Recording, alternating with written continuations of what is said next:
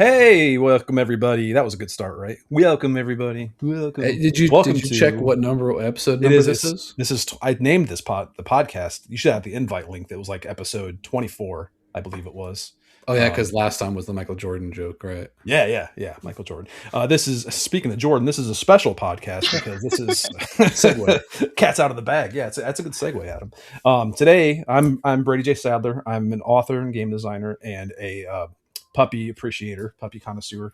And my brother is also here Adam tagging Sadler. along. Adam. Sadler. And we are joined by a special guest. If you're watching the video, you'll probably see the special guest. It's a spoiler. But we have Jordan, and I'm going to do this intro. I'll let you correct me, but it's Jordan Smystrela. You are correct. Yeah. Been practicing because everyone kept asking who our artist was. So you can say hi, Jordan. However you want to say hello, whatever. Hi, I'm Jordan. I'm Jordan Smystrela. It's great to have, to be here. Thank you for having me on. Yeah, thanks for joining us. Glad to hear how that name's pronounced too, because I told you. It's a toughie. I have a question about that, but we'll save it for our discussion later on. But all right. So this is going to be like kind of an all over the place podcast because we want to talk to Jordan and have her kind of give us some of her background and talk about these exciting projects we're working on with her, and how she's going to be our first full-time employee once we get some money, right? and this is the first time we've tried this format. Like we're doing all format. So I'm usually at Brady's house in his basement doing these podcasts and getting molested by my cats. Yeah. The podcast basement. People can see how sterile my office is compared to Brady's. So if you don't cover it up with a maybe we'll cover the background so it's hidden. But these cans might make it hard to crop my head up properly. No, I think it's fine, and the audio might sound different. We'll see, because we're using a platform that all the kids are raving about called Zencaster. I'm still figuring out how to work it because I'm old and I don't like new tech, but it's handy. So we'll get through it together. Let's talk a little bit about before we dig into the art side of things, because Jordan's got a wealth of information she wants to share with us. We want to hear all about her background. A little bit of business out of the way. Twin Tail Studios updates. Adam, do you want to go into we haven't the pre-orders, the pledge manager, all that fun stuff? I think the last time we recorded, we hadn't even launched the pledge manager, right? Like that was.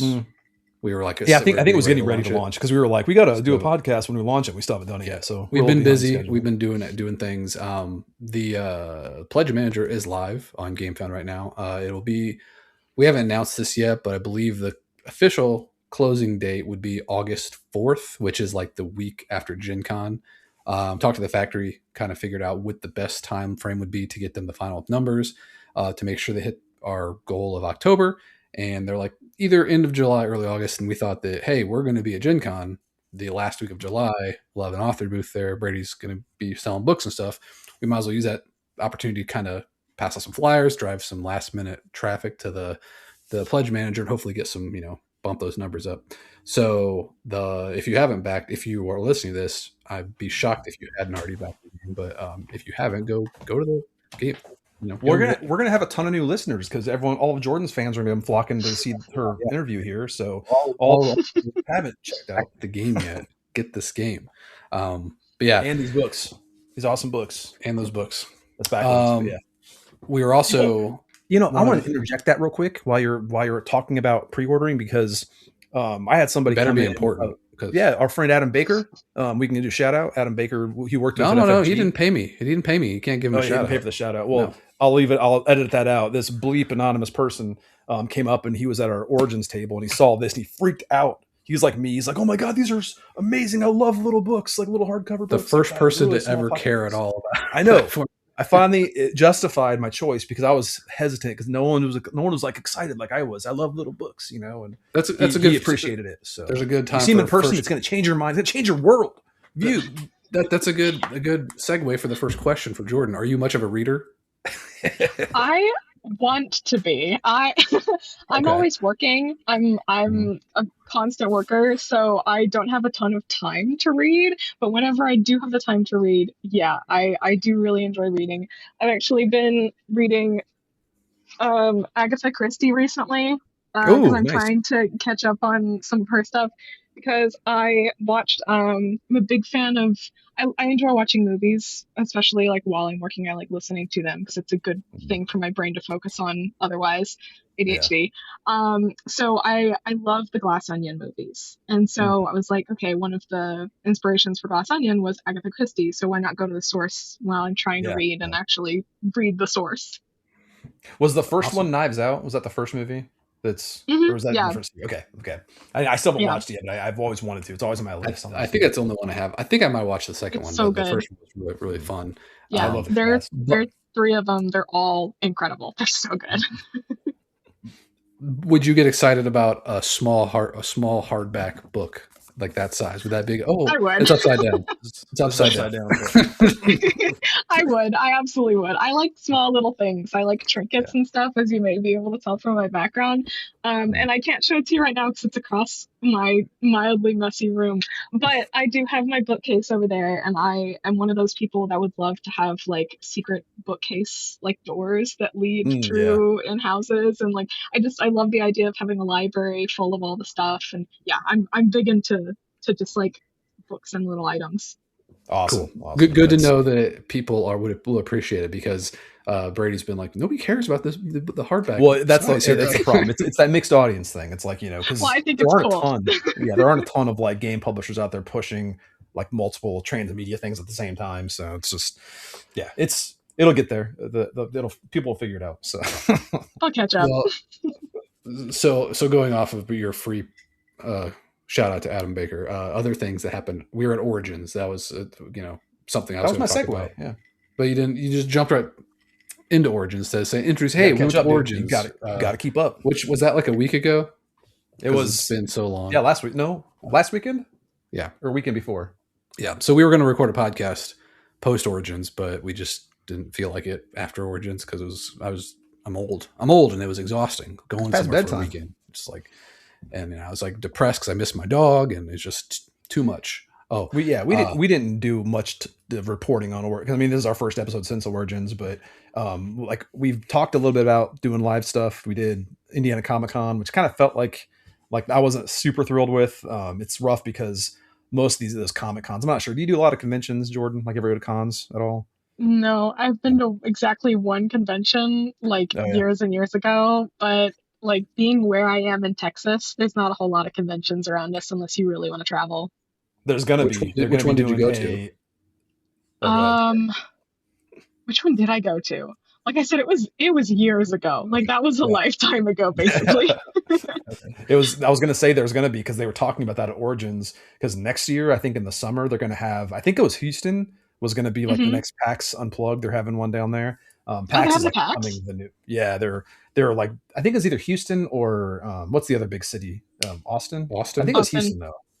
I think I'll have to look it up, but yeah, because PAX Unplugged in Pennsylvania, that one is like taking over a lot of these other tabletop conventions. It's catching Oh up yeah. to Gen Con, and if they do one around Origins time next year, that's going to pretty much replace Origins, but it's down in Texas, so it's kind of a new venue for a lot of people. But yeah, that's something I'll look into because I didn't love Origins, but I think we might do something around that time next year. We'll have more stock to sell, so maybe we'll be in your neighborhood. We'll see.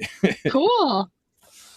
The other thing I was gonna say though about Origins, because I wanted to say it kind of happened because I was gonna say Indiana Comic Con when I asked have you been to cons. Indiana Comic Con is good for artists. If you do like pop art stuff, like people love buying just like characters. Like if you draw like a Cyclops or a Wolverine or something, people will buy all of your art. So that's good for those types of artists, but not a lot of people there looking for like new IP. They're not looking for like a new book. So didn't make a lot of sales there. Didn't get a lot of interest. So it kind of felt almost like that at Origins because we were in a weird spot where we're not selling games. We're previewing one, but I wasn't in the author area to sell books. So I was kind of like in this weird spot now with our booth. So Well, I think even the publishers at Origins were kind of like not really that thrilled about how it was run or how Yeah. I guess they said it hasn't like really recovered since COVID. Like COVID kind of had a falling off in it, and they were trying to rebuild it. And like I was just shocked because when we went there and they were setting up, there was no carpet down yet, and it reminded me of Indiana Comic Con where it's like there's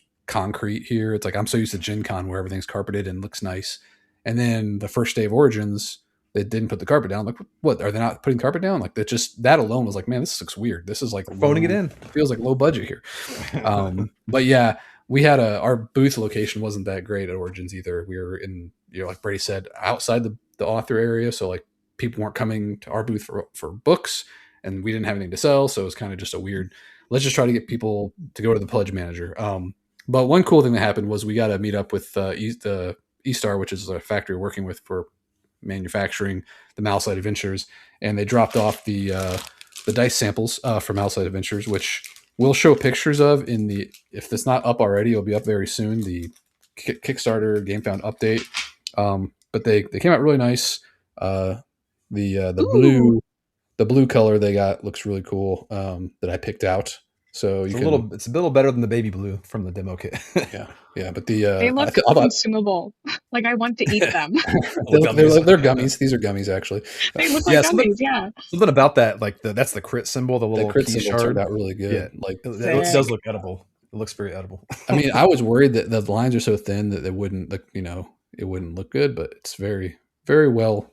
We did this thing. Go ahead. Well, you were saying it was really well. I lost for words. So we did this other thing at Origins where like I took a bunch of these really cheap Amazon drumsticks, and this is not one of them because I stained them green, like a Relic Meyers, like Eldritch green, so we were passing those out to people. But I had like this laser engraver that I bought like last minute just to make some logos on it. They didn't look that great, but they got the job done. But today I just got in like my custom iron brand, so I've been like branding these things with like the twin tail logo. That looks cool. It looks legible. It comes out a lot better. It's a lot bigger though, so it wraps around. But I haven't done the Relic Meyers crooked because I have two different brands. You did it crooked. It's not straight. You should try it. It's really hard because you have to because it's so big, you have to put it on. I put it on the outside porch, and I was like rolling it down, up and down, and it's like it never comes out straight. But the good news is they are legible. Like you can read the logo, read the website, and you can come over and do the other ones, Adam, if you want to do it straight for me. Because is that going to stink up my game room like your engraver did? The laser engraver? No, I mean it stinks up the porch because I'm burning it out on the porch, but it feels cool. It's like just burned wood. It smells good. We were trying to play through the last part of Lands of Evershade, the first story, and we were playing through it, and the entire time Bray was getting up and burning drumsticks in the tiny little room. I was engraving. It wasn't even paying attention to the story. I had no idea what was going on. He was playing with his little story's stupid. No one wants to listen to story, man. I know, but I'm sitting there. Price of hobbies. I'm sitting there like burning my vocal cords, reading through. I lost my voice reading all this story. You just were ignoring. It's wasted effort on my part. So the last, I think the last big studio update we will drop is obviously we're doing Gen Con, which is exciting. But I forget if we talked about this at our last episode, but we just got invited, which I'm thrilled about. Very unexpected, but we're going to be doing a table at Brandon Sanderson's Dragonsteel Nexus in Salt Lake City, which is super exciting. That's like a very kind of, I don't know, I wouldn't say maybe not prestigious. I don't know if that's the right word, but it's kind of an upscale place. It's more, it's not like one of these big, huge conventions where like the Comic-Con where it's like, uncarpeted flooring and stuff. It's a nice area, but it better be carpeted. Otherwise, it's a good venue for us because we'll have our game. We'll have Malside Adventures printed. We'll have copies to sell. We'll have the books. You think we'll have any copies left by then? Oh yeah, maybe sell out immediately, man. Unless we can print more, You better get on this Pledge Manager, people. If you want this game, there's no guarantee. Good problem to have. Yeah. And then we'll have. I'm guessing that's in December, so I'm guessing by then we'll probably have the next project we're working on to showcase, like to demo, like we won't have the actual game to sell, but we should have like a copy to show off and Captain Planet board game. The Captain Planet board game that Jordan's doing the art for. No, we'll talk about that also later in the episode because we can't tease it yet because it's not done, but the cover art is looking phenomenal, so good. But yeah, we'll get into that more. I think that's like the last big update. It was doing Gen Con, so make sure you come out to Gen Con, hang out, Pledge Manager, go back, pre-order. This is more a visual thing. You can show show a preview, but like company news is you shared this on social media, like you got new art for the Relic Meyers book 1, right? Like yeah. Oh, the book 1, yeah.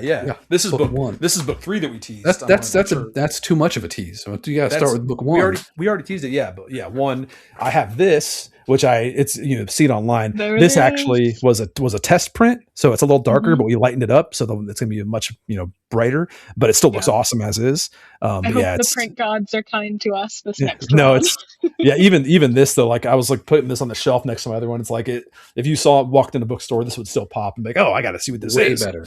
Now, who did that art? Yeah. That art's amazing. I don't remember. I can't pronounce her name. It was like a foreign name I never heard, but she's really good. Try to pronounce She's that. an up and comer. I know, it's all the letters are in there. It's confusing. A lot of letters.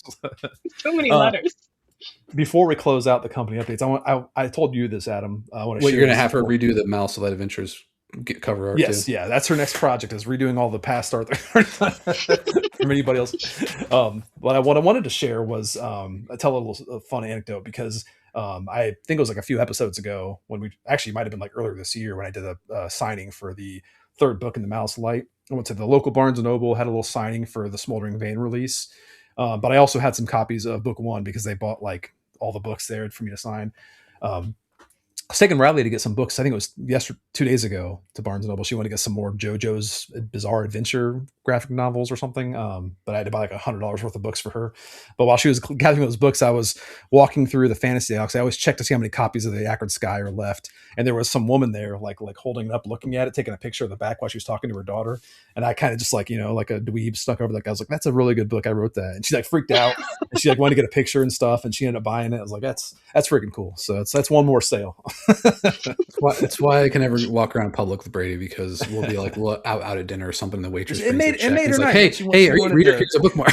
This is my book. You can't stop hustling, man. All right.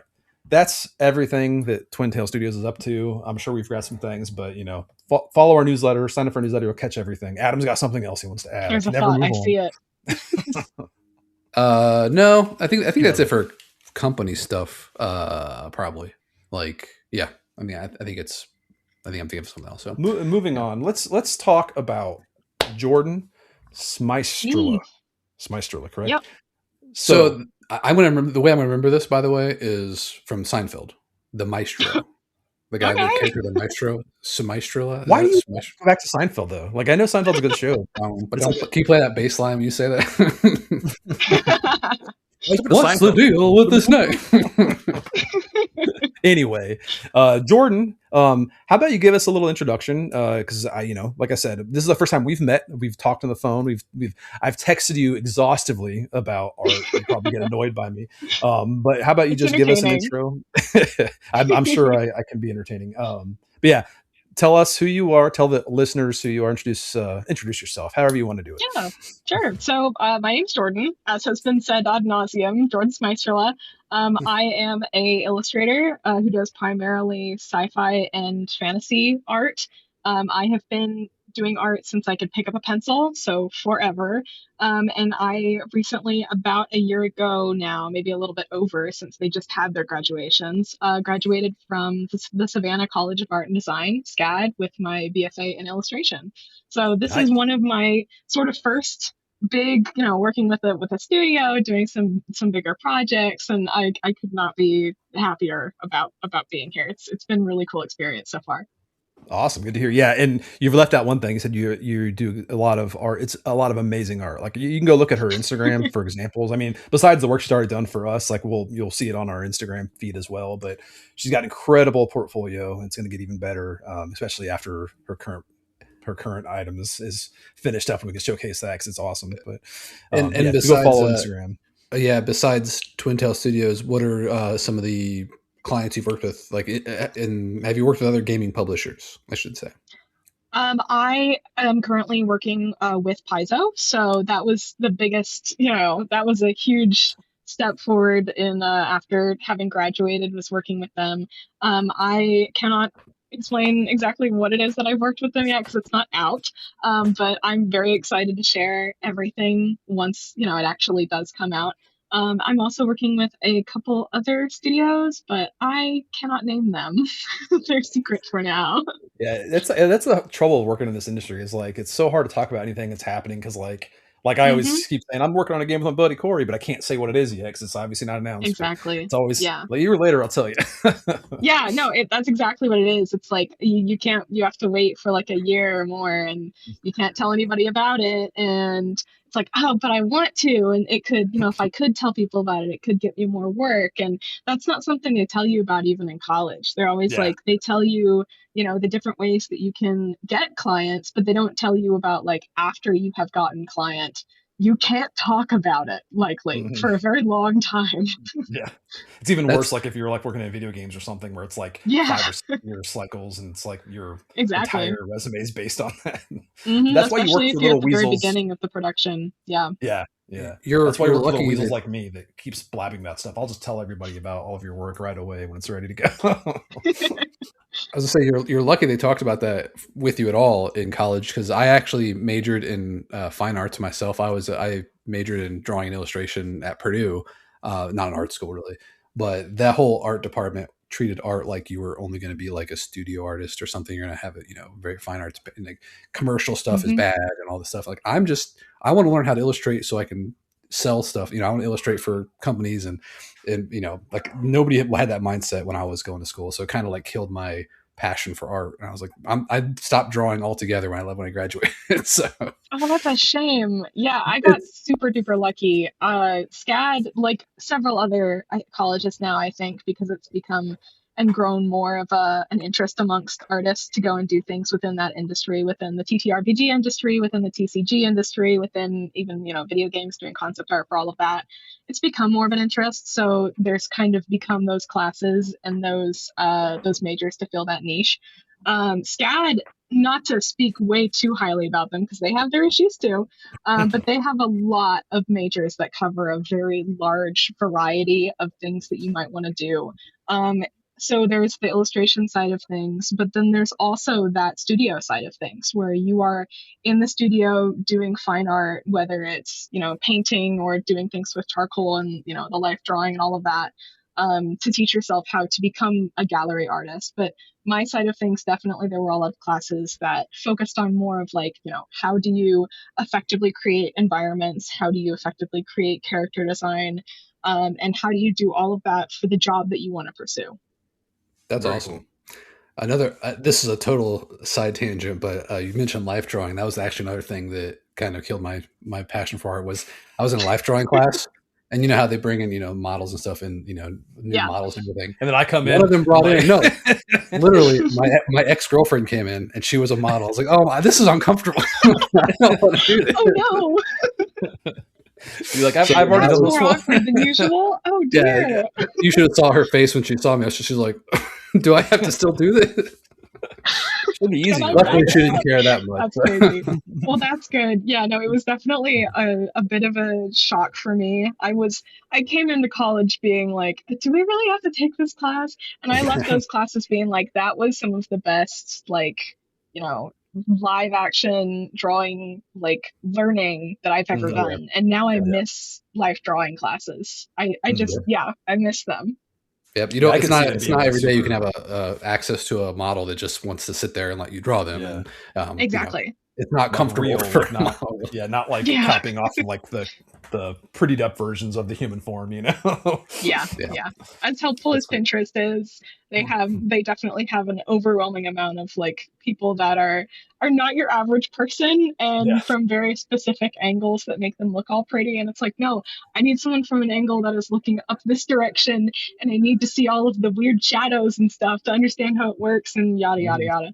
So yeah. That kind of leads into I'm always curious about this. This might be like more insider baseball when it comes to like art stuff, but like I know we were talking one time about I think it was with the original piece you did for us, the Melody of Maladies cover, just kind of reference pieces for like different poses for musicians and stuff. Like, is that something that like is really important for you when you're doing even like fantasy art, sci-fi art? I know a lot of it's, there's like grounded human forms in those things, but how dependent are you on exact references for like, crazy poses and stuff like that? Like, can you extrapolate certain things from different angles, or do you need to have exact positioning is to work from? What's your preference? Yeah, so years ago, I think I would have had a different take on that. Years ago, I would have been like, well, I could take a reference picture, but I know enough about like anatomy that I could just make it work, right? I could just sort of take longer, fudge it. Maybe it won't look exactly accurate. Nowadays, I am like, no, I need a reference picture to make sure that it looks correct. I need to take a goofy reference picture with, whatever props I have around. I need to set my phone on like a precarious little tower to make sure I get the right angle. Like we did a workshop at the event that I went to for about a week in Hollywood, the thing that you texted me about a while ago, illustrators, writers and illustrators of the future. Oh yeah. Um, and we had a little like event that happened during that week where we were able to use all the props that they had there. They had like a closet full of props, which was so cool. And then they had these big sheets of something. I don't know what it was, but it bounced the light up. And we had an entire hour, I think, where we could just take reference pictures of each other in costume, doing action poses, doing all that kind of stuff. And that really showed me what a difference taking reference pictures for your art makes, especially when it comes to art that is grounded outside of reality, like fantasy and sci-fi, where you're adding all of these different things and stuff that you wouldn't normally see in life. You still definitely need those reference pictures. They're so important. Yeah, and one of those reasons that popped into my head is because I remember when we first started working together, you sent me like the initial sketches of this piece on my T-shirt, the melodies, and like I remember texting you saying I was getting a little emotional because like this, for some reason, this image looked so much like how I play drums. Like it's very accurate. It's like a drummer. So I'm sure you found a really good pose from some drummer playing. But I was like, man, this is like. I mean, I'm not this pretty of a kid when I was 15 or 16 years old, but it's like, it looks so much like how I remember myself playing. So it was just like so spot on, Like while so the guitar player is trying to tune before practice, you mean? Yeah. So you mentioned that you do art like mostly sci-fi fantasy art. Is that because you grew up with an interest in those genres, or like is that kind of like your hobbies and stuff like that, like movies and books and stuff like that? Do you play games like that are sci-fi and fantasy? Yeah, 1,000%. I grew up with everything under the sun that was fantasy and sci-fi. Anything that was fantastical, I was into. Like I've loved it since I was real young. Watched all the different movies. I used to read a lot as a kid, so all of that kind of stuff. I watch a lot of gameplay. I'm not very good at video games myself because I don't take a ton of time to actually get good at them. But I watch and listen to a lot of gameplay. So I actually wanted to go into the gaming industry before I made my way here. That's what I was kind of on my way toward whenever I was getting my degree, was I wanted to go and work with um, like Blizzard, and I was looking at other different games that I really loved and finding the studios that did those. So like I really love the like the Hogwarts Legacy game. I think it's just such a gorgeous game, and there's so many incredible visual aspects to it. I was like, I would love to be a part of creating, something else that is like that. So looking at all the different game studios, and then the gaming industry kind of caught on fire. I went, well, maybe it's time to make a change. So now I'm here. I was gonna say, like, I've had a lifelong passion for video games. I think even more than like tabletop games. I've played video games since we were like 5 or 6 years old when we got Nintendo. And yeah, Nintendo was like our childhood. Yeah, we got into music and stuff in our teenage years and played more tabletop games. But then like video games have always been there, and I've always had like a passion for it. And I've always wanted to get into like video game development. But I kind of got distracted after college, and we got into tabletop game design. I got in the industry, so I was like, okay, I'll just do this for a living. But then, like, I don't know, 4 or 5 years ago, I decided to go to a software development boot camp and get out of tabletop games for a while. And so I got into software, and I started getting into video game development. And it's like working in Unreal. It's like really fun. Like I really, really enjoy it. But there's no way I could ever work in the games industry. I don't think, like in the video game industry.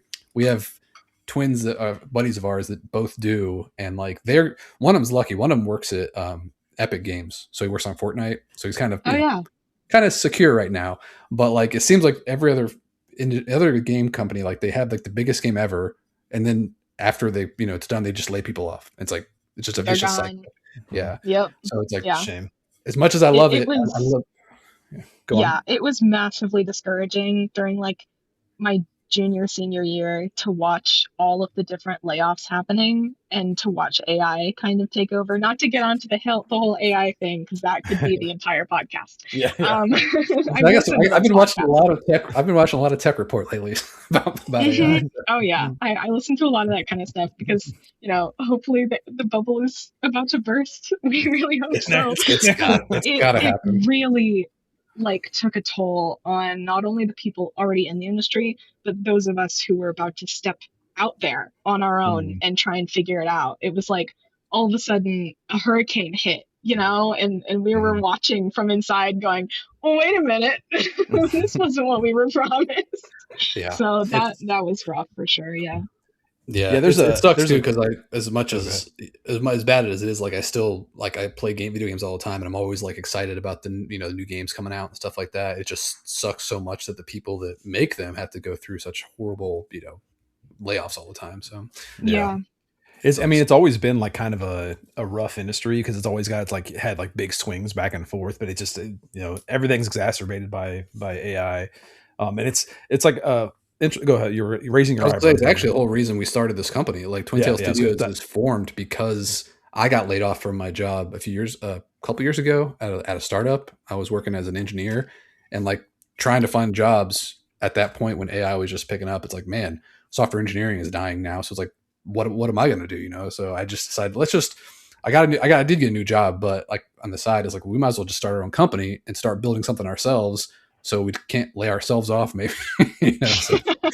Yeah, I mean, this is a topic that like Jordan and I were chatting about like early on when we first met on LinkedIn, because like this is kind of skirting around the whole AI thing, so we can talk about it without having to get into the deep dive. But I know like as an author, before we started Twin Tail Studios, what led up to it was I had that realization where I loved writing books, I loved getting them out there, but because there's this whole AI thing with like people putting out AI books and AI generated covers and stuff like that, like it's easy to like trick people, if you're one of these people that just does AI, they can trick people into buying their stuff, maybe like get a few sales. But to able to like build a career, build like a following, you have to have a personality, you have to have a presence. And even before the AI stuff, as an independent author, like people just always constantly tell you have to be on social media, you have to like have a brand, you got to have a personality people can cling on to, which is hard for me because like as much as I'm on in like social media, I don't like putting out content just about myself, just about like my brand. I was hoping you were saying it's hard for me because I'm super annoying. that too. It's like I find myself obnoxious. Like that doesn't help. So it's like I don't want to constantly be obnoxious if I don't have to. But like that kind of goes into for self-deprecation. You just always miss. But the reason I'm bringing it up is because I'm wondering, Jordan, if you have that kind of pressure as an artist too, because like I kind of view those pretty similar. Where like being an indie author, trying to like build up a following. I view that kind of similar as being an artist, and you're like, you have with all this AI art out there, you kind of want to have a human presence, like a human personality attached to your brand, so people know you. Probably more so for art. Right? Absolutely, yes, yeah, 100%. Because especially as it keeps getting better or like harder to tell the difference between someone's real actual art that has been made with like a human soul and something that a machine spat out, because they're consuming more and more as we make more and more. So they learn how to do their thing better, which is incredibly frustrating. But yeah, having a personality attached to your art, and having it even like show through your art is so important for artists, especially right now. And I think it always kind of has been, but especially right now with like the advent of the internet and being able to share all of your work with, everybody who could possibly find it.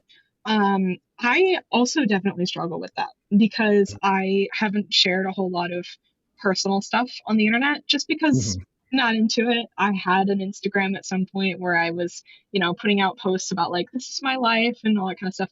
But it kind of made me stressed because I felt the need to post all the time and to be doing interesting things all the time, even though literally the only people following me were my friends from school. So why did I feel like that?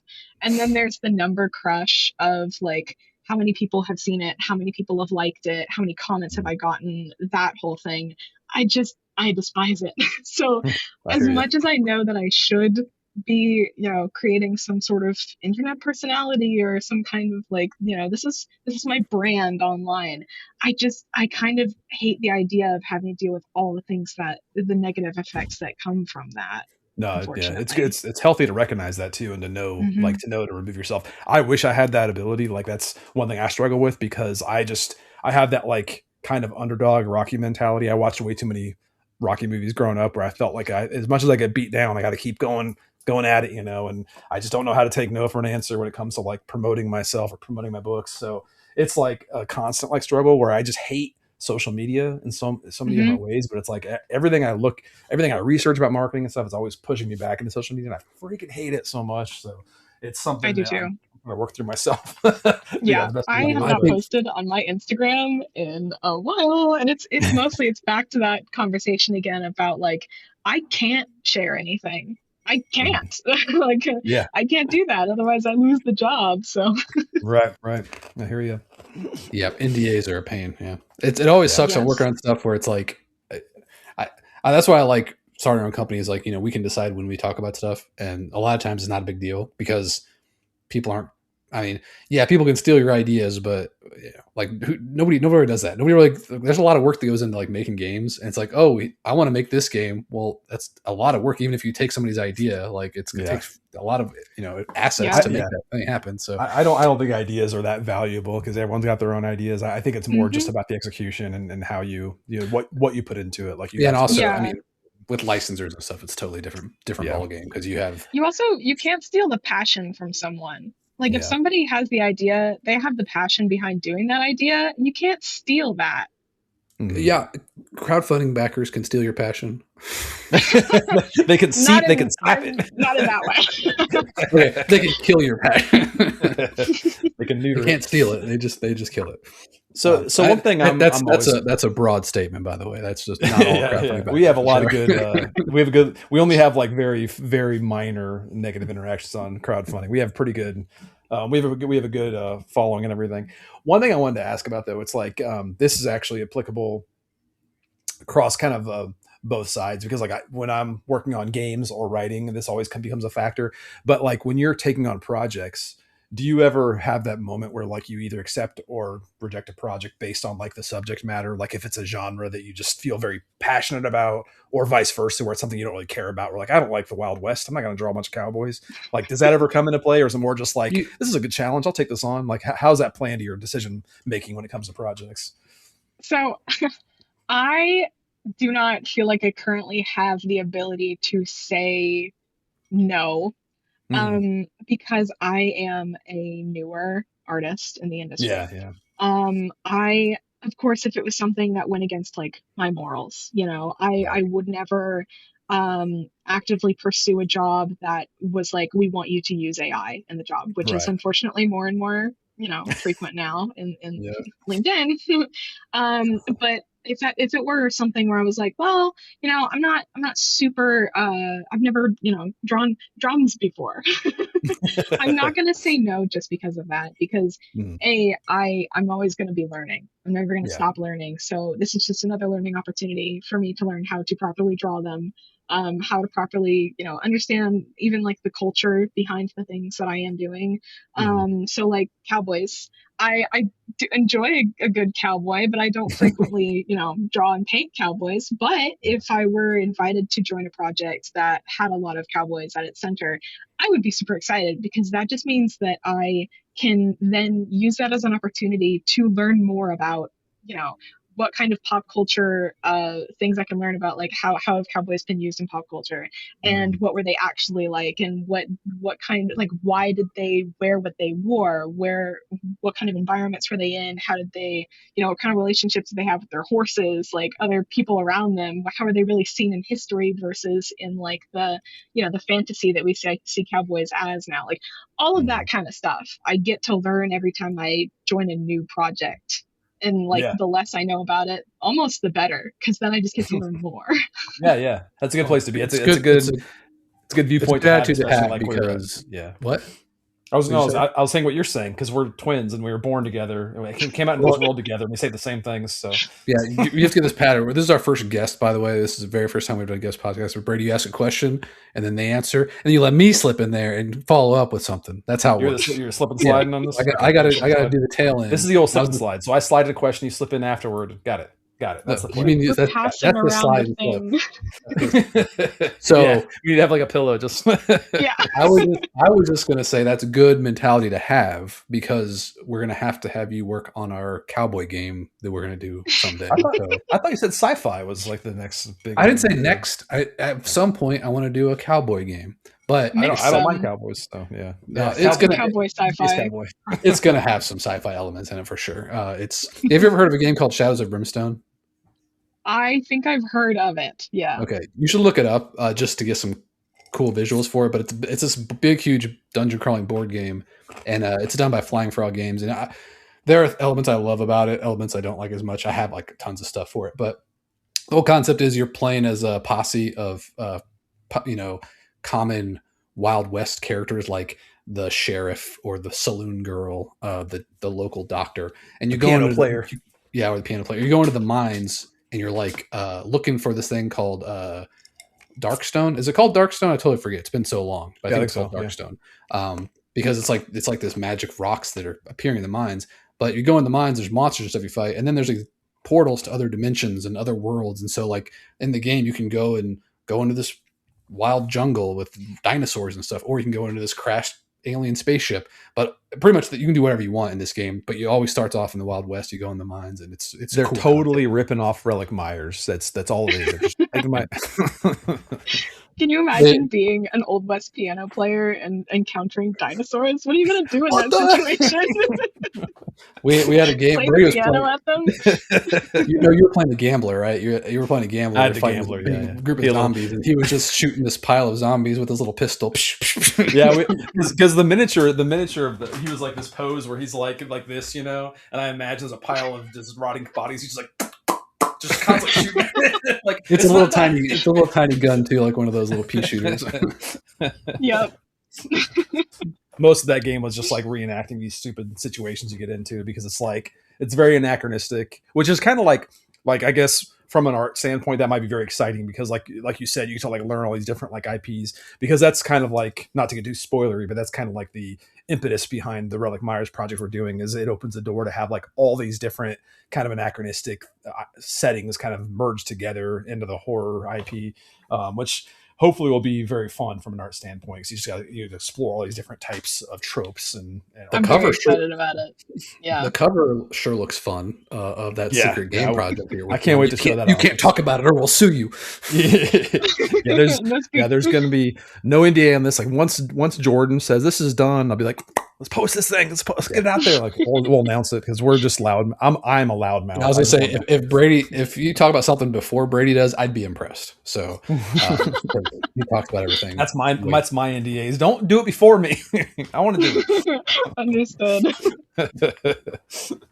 But the other question I had regarding kind of like just like what you're into, because I think this came up when I was looking at your Instagram when we first started chatting. I saw a lot of not a lot. I saw a few Stranger Things pieces. Yep. Are you a big like Stranger Things fan or like horror fan? Like where's that fall for you? Is it just that IP or just generally like horror?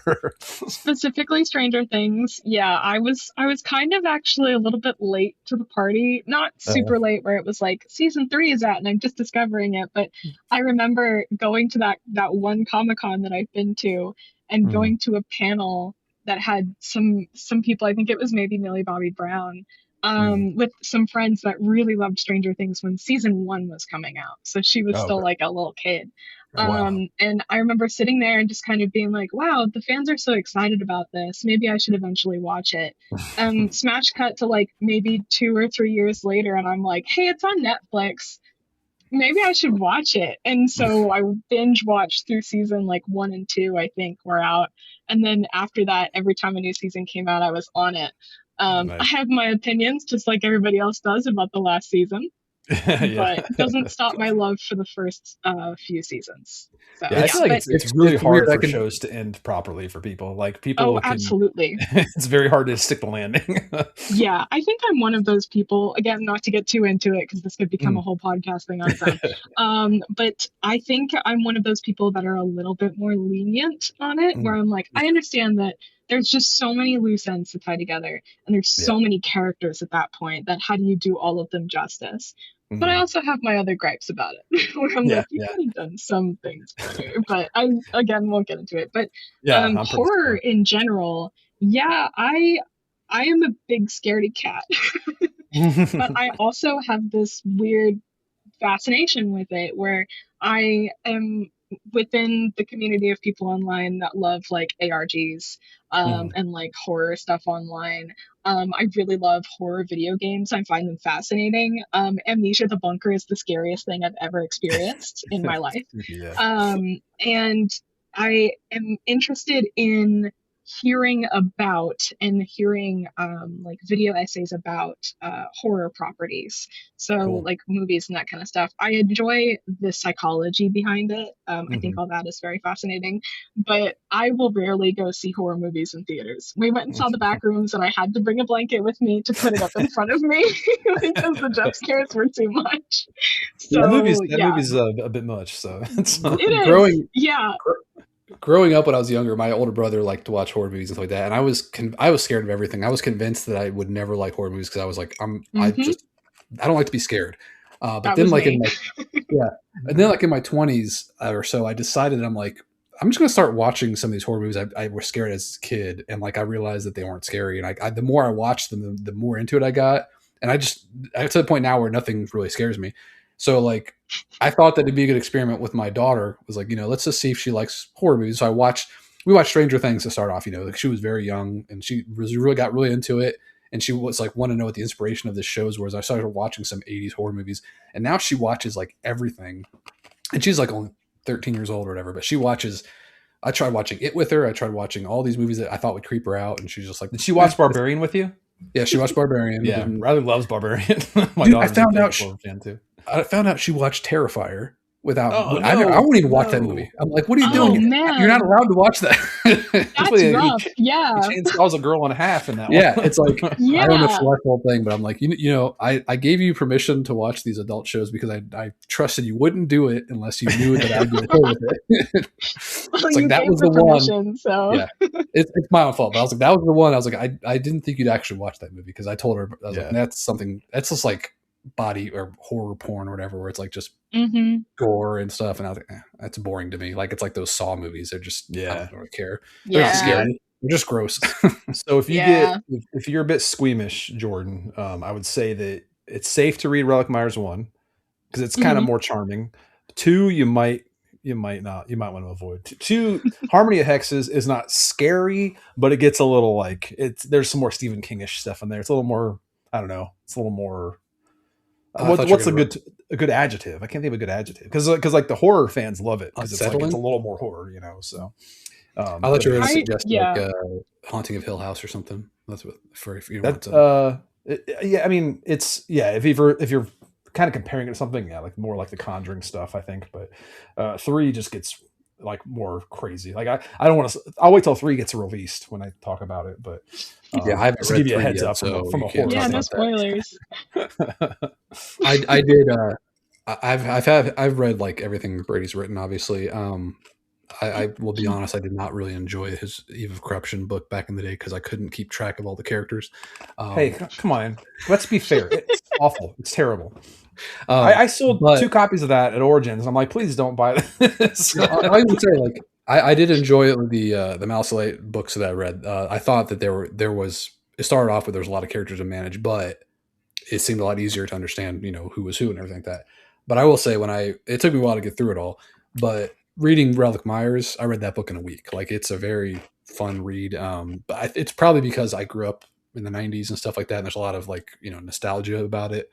But even some people who didn't would probably still feel like the Stranger Things appeal, What? I was going to say, like the one thing and not to get off a tangent, because I know this is Jordan's spotlight, but the interesting about the Relic Meyers IP, and this is Jordan related because Jordan's going to be heavily involved in She's going to be Relic Meyers illustrating this world yeah. for she's creating this world for all the newcomers who don't know Relic Meyers is. I hit my mic. Jordan's going to give you like the eyeglass to the Relic Meyers universe. But we were at Origins. This is another little anecdote I didn't tell, but it's a good time for it. It was like Saturday, I think it was. Some young lady was walking by our table and she stopped at this actually banner right here. You might not see it on the screen because it might be cut off because I think the YouTube thing's is a square, but it's the Harmony of Hexes promo art with Relic and his dad. And she like stopped and looked at it weird. And like, I grabbed one of my drumsticks and I was like walking over to give her a sticker, you know, like, hey, are you a fan? And she's like, is this out?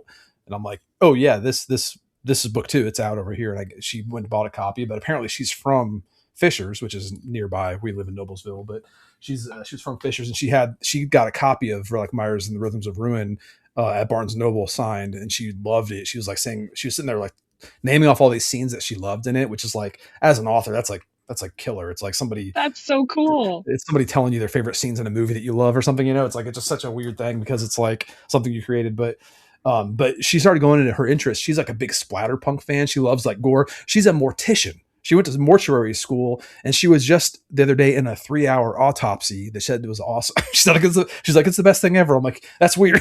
that's super weird, but I'm good for you, you know. But like, she's into this like really gory stuff, but still, she just loved the like kind of the charm and everything of the Relic Meyers, book 1. So that, to me, that's like a good indication of like that the kind of scope it has, the kind of reach it has, because if they can like appeal to people who aren't into horror, like there are people who like the book that aren't into horror, but then people who are like into splatterpunk and dissect bodies for a living still love it too. So it's like that's good. I think that's a good sign. Yeah, that's so cool. Yeah, she was very excited. Yeah, I can. Cool name too. Her name was Saffron. It's a cool name. That's rad. Yeah, her name was Saffron. I said that's a cool name. Okay, yeah. Gotcha. But yeah, you were going to say something, Adam. So you say something, because I say a lot. Wow. Did you mark this down? Mark this down. Bray's let me. So you said you don't play a lot of video games. Is that what you said? Like you don't. I mean, it's good. You got to do art. So I mean, video games take up a lot of time. That's pretty much my excuse for everything is I got to do art. Yes, you do. You have to do art. Yeah. Don't play video games, Jordan. Just do art. I will watch and listen to the video games. Pretty much the video games that I play is like Minecraft with friends sometimes. But that's about it. That makes my son happy. He's obsessed with Minecraft. He just tells me all about Minecraft all day, every day. He's plugged in. That's the one game he'll play.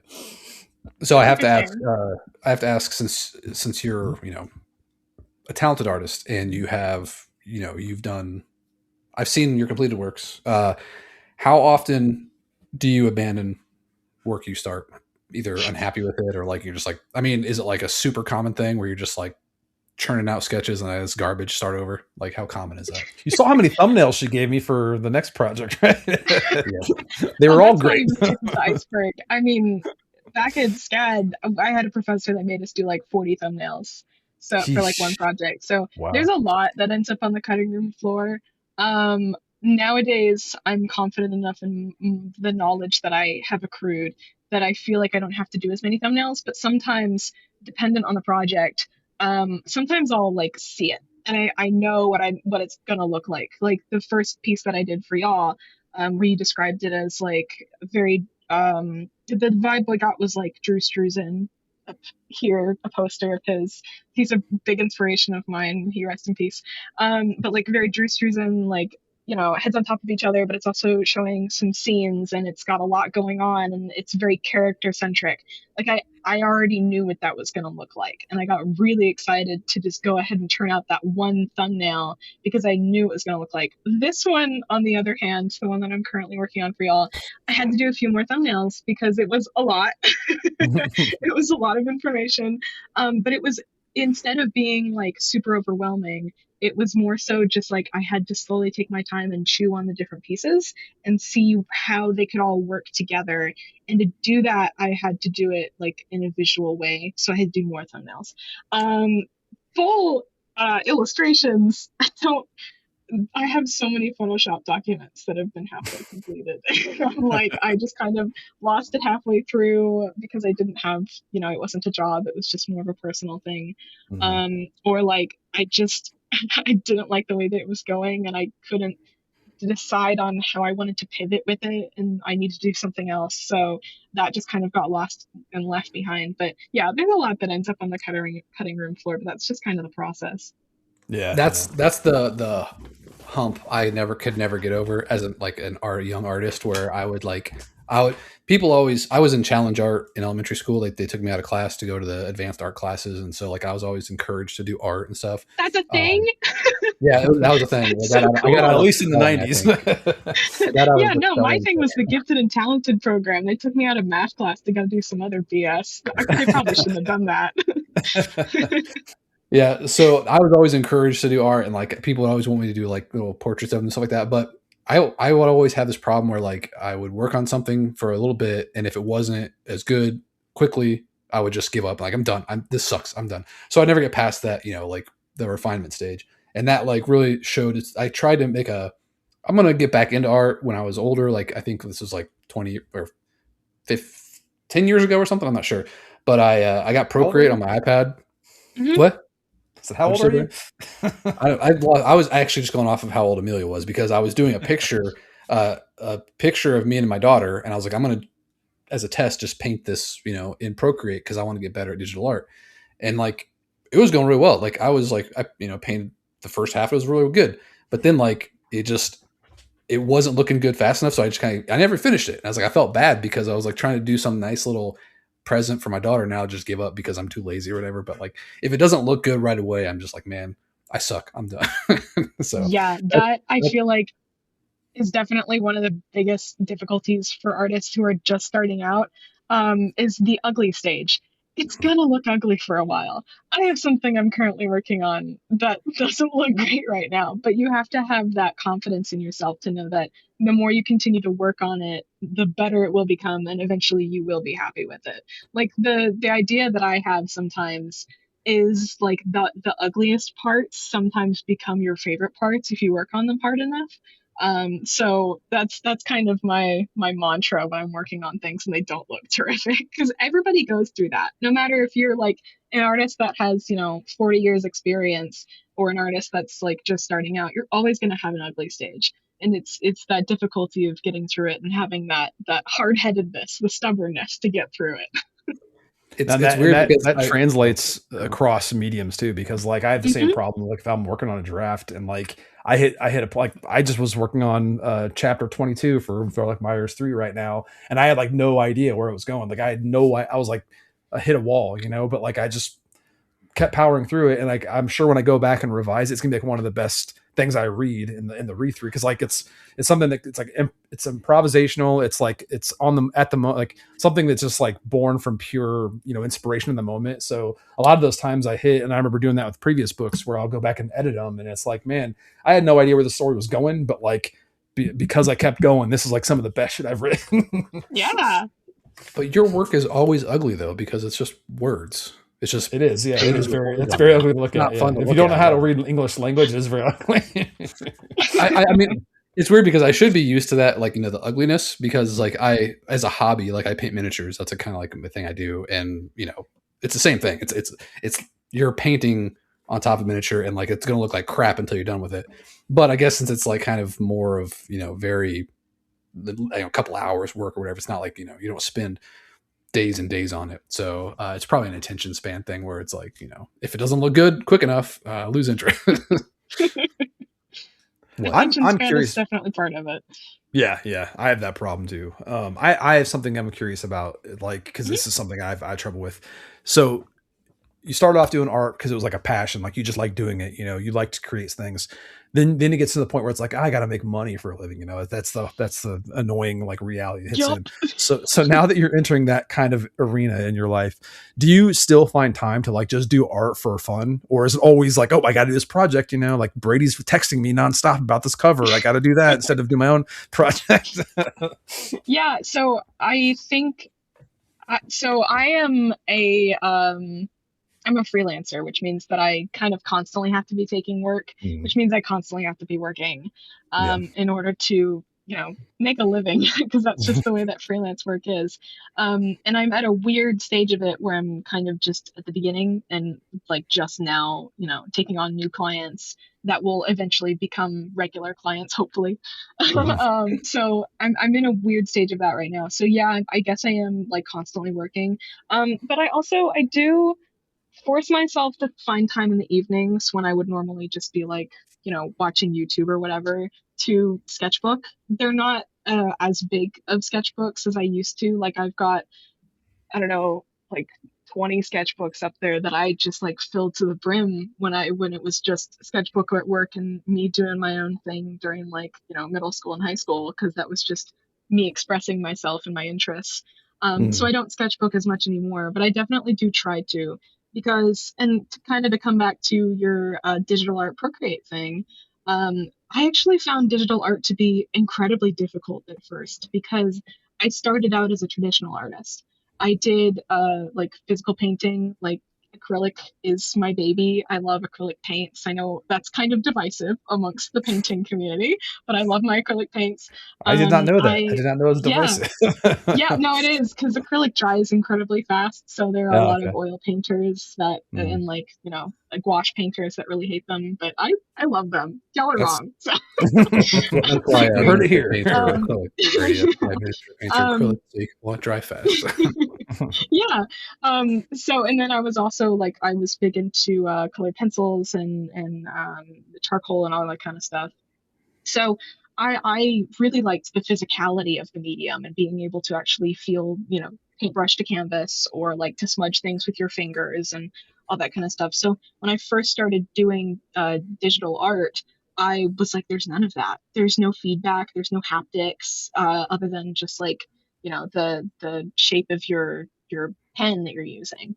Mm. So it took a really long time for me to get used to that. And I don't remember how this conversation started, so just kind of No, rambling yeah, now. it's But kind of that, yeah, just kinda like yeah, free time, like, like occupying your free time and still yeah, yeah, finding yeah, time to do your passions yeah. instead of I guess just essentially it's just good to get back to this. Like I yeah. adore ballpoint pen. Like that is Mhm. my medium of choice when I get to choose.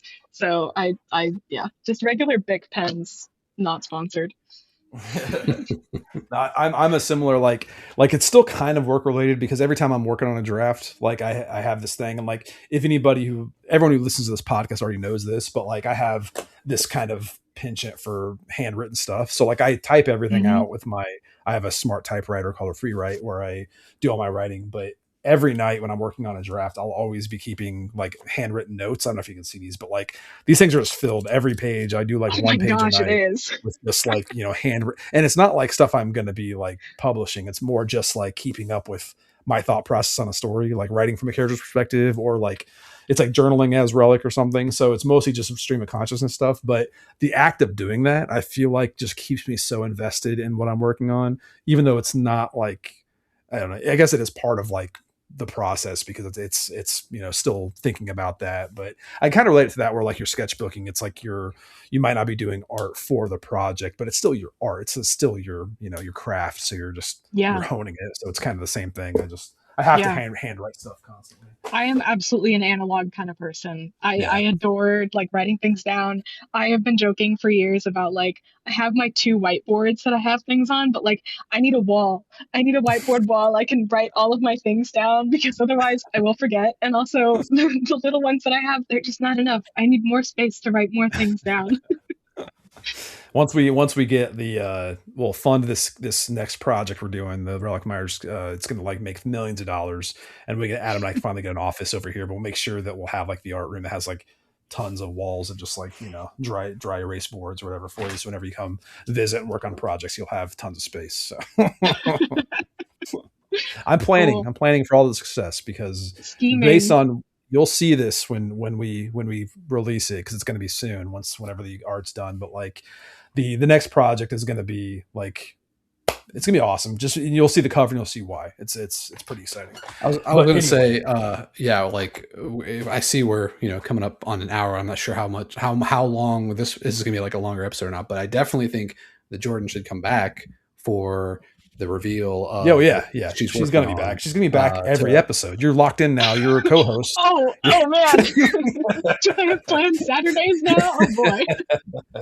No, we definitely need to have you back when we have the cover, because like I'm guessing it might be like after Gen Con, because Gen Con is like end of June, end of July, early August. But I'm assuming we'll I had to be able to show it off then, but no rush or anything. It's not like we're not locking in, but whenever it is ready, we'll have you back on, because we chat some more, cover more ground, talk more about art and upcoming projects. But I'd love to. Yeah, we can just wrap up there, because everyone's probably wanting more. I did have to say an update, by the way. We didn't talk about what we were doing, and man, Cyclops in Marvel Rivals is awesome. Yeah, we should. Yeah, we're freaking good. I've played him. I can't play him enough. I haven't played Marvel Rivals at all since the what was the one before the reveal before the I don't know. Cyclops. I can keep track of how little you play the games I play. So Jordan, just so Jordan knows, when we usually at the end of an episode, we'll just talk about like what we've been doing, like reading, playing, watching, something we're like currently into. So Adam is kicking it off with his Marvel Rivals. Is there anything else you want to talk about, Adam? Besides the new Star Fox reboot came out. It's really good. Anybody who grew up with Star Fox 64, check out the new Star Fox on Switch 2. Man, the campaign is too short. Did we talk? We didn't even record a podcast when Mean of the Hollower came out, did we? Like we talked about on. No, I don't think we did. No, that was our birthday, man. It's been a while. Man, we haven't done a podcast for a long time. Yeah. So I've been playing a lot of video games. I finally got back into painting. I painted the Archivist on for Kill Team, and I'm trying to paint the amble, so we can actually play that joint ops stuff. Do you want to paint the Red Terror that I have? I have assembled. No, I still have to paint my High Elf team for Blood Bowl too. So we'll get busy. And the puppy won't let me paint, so I can't paint that much. But mine's short. Like I'm actually in the middle of a Marvel Champions game. I'm playing Tigra and Hulkling. I've never played either of those decks. I'm playing against the Black Widow villain. It's not going well. I lose by scheme, but it's still pretty fun. I haven't played Marvel Champions forever. Yeah, it's not. I forgot who it's not Romanov, or it's not the other one from the movies. It's Yelena. No, it's not Yelena. It's some other version of Black Widow. It's like a villain. She works for AIM. She's got blonde hair. But anyway, his name is MODOK. Machine only designed for killing. Yeah, organism designed only for killing. Yeah. But yeah, that game is great. If you haven't played Marvel Champions, I'm sure if you're listening to this, you've probably heard me talk about Marvel Champions before. But I'm getting ready for the Daredevil box coming out, because in December they're releasing Iron Fist finally. So I'll have an Iron Fist deck. I've also been reading. I'm still reading through Dungeon Crawler Carl. Hence, they're right there. I'm on book 5, I think. Think I might have had enough, but I'm going to finish it. I'm going to finish. I still haven't finished book 1 yet. No, it's like I get the appeal. Like Matt is a great author, great guy. I have nothing negative to say about the series except for the fact that like I just don't think I need that much more of it. But I'm sticking through it. I'm going to get through it all. And I'm also reading Once Upon a Time in Hollywood by Quentin Tarantino. Like the movie is great. I've always loved the movie, but the book is cool because it dives a lot more into Cliff, which is Brad Pitt's character. He's not, I wouldn't say that Quentin Tarantino is a great novelist. And I feel weird saying that because like, I'm not an amazing novelist either, but like it's the prose is kind of, but the book is cool because there's a lot of detail that doesn't go in the movie. So I would recommend it. I'll stick with the movie. The movie is good. The movie is really good. That's what I'll be. So Jordan, what are you into lately? What are you doing besides art? Well, when I am not working and doing art, I have been teaching or reteaching myself how to knit. I'm sure you saw it on my Instagram, but I knitted the entire cardigan from Project Hail Mary, which is a movie that I've been obsessed with, like a bunch of. I need to watch that. Yeah, it's so good. Yeah, I need to watch it. Need to. Yeah. Take tissues with you. You are going to cry. I've also been doing a lot of crocheting, so a lot of stuff with my hands. Cool, very crafty stuff. Any other movies or shows you're into lately besides Project Hail Mary? Oh man, probably background stuff when you're working, I'm sure. I have a lot of those. I watch a lot of documentaries, so cool. I basically watch like 95% of the documentaries on Netflix at this point. Do you have a preferred genre of documentary, like historical or like just nature? The Hulk Hogan documentary. Hulk Hogan. I just watched that true one. Crime. Those True crime. are my two. Yeah. Awesome. Yeah. Awesome. Do you like the show Mindhunter?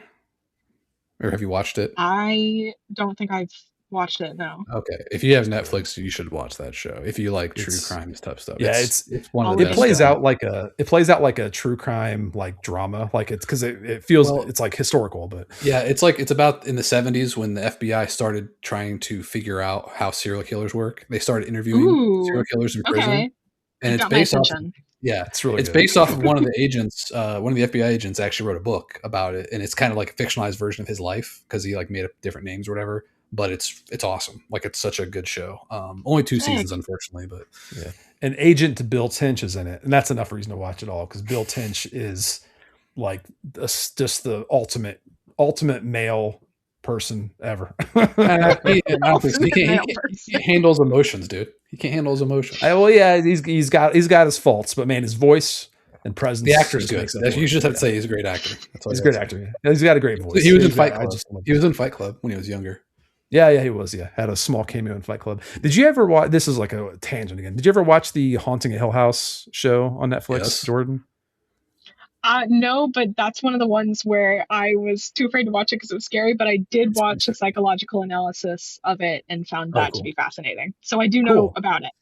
It's a really good show. When I asked that, I forgot about the spookiness of it. It is pretty spooky. I was going to say that's why I thought you were recommending that earlier when I brought that up. So that you're saying if you're kind of squeamish because it's creepy, but it's also like it's just a good show, and so like the creepiness might be kind of not as focused in the show or whatever. But that was what I tested my daughter with, and like my daughter loved that show. So. Yeah, my wife does not do horror. Like we'll watch some horror, but she couldn't do it. Like she couldn't get through it because of the clown stuff. But there is some creepy stuff in. She really loved Haunting Hill House because of the acting, the characters, and and plus the cinematography. It's a beautiful show, really good show. Mm-hmm. But that's the kid from E.T. is the dad, and that's the kid from E.T. is the dad. Oh, I don't think I knew that. That's cool. Yeah, it's like the only thing he's done recently, right? Since E.T. Big comeback. Yeah. But hey, that's an episode. That's good news. We got an episode. That's a full episode. And assuming this works, we have a good setup for the next one when Jordan comes back for the reveal of the cover. We keep hinting at redacted cover. But yeah, thanks for joining us, Jordan. Thank you for sitting through this and telling us all about your story and everything. Thanks so much for letting me yap. Yeah, no problem. Any other recommendations you want to give before we leave, like following your Instagram or anything like that, or any other shout outs you want to do? Yeah, pretty much. I mean, my Instagram is at Jordans_artistry, so not as hard to spell as my last name, easy to find.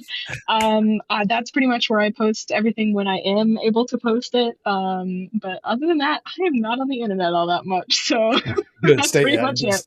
Yeah, stay off the internet. Just do your. I forgot to ask though during the episode. This is gonna be a tail end one, but like.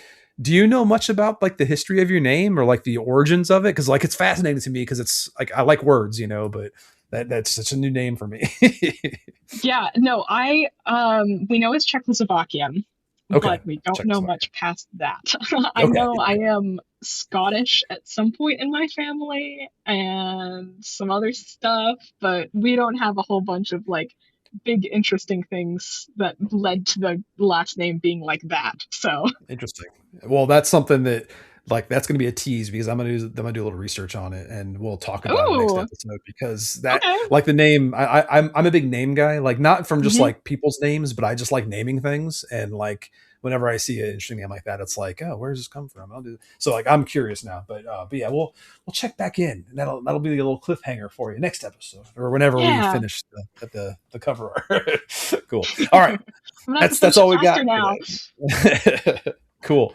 So thanks again and check you out next time. Check you later. What are the kids saying nowadays? What's a good see ya? Check in with you later.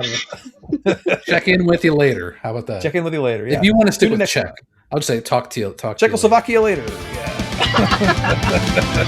Topical. Later. Thanks again.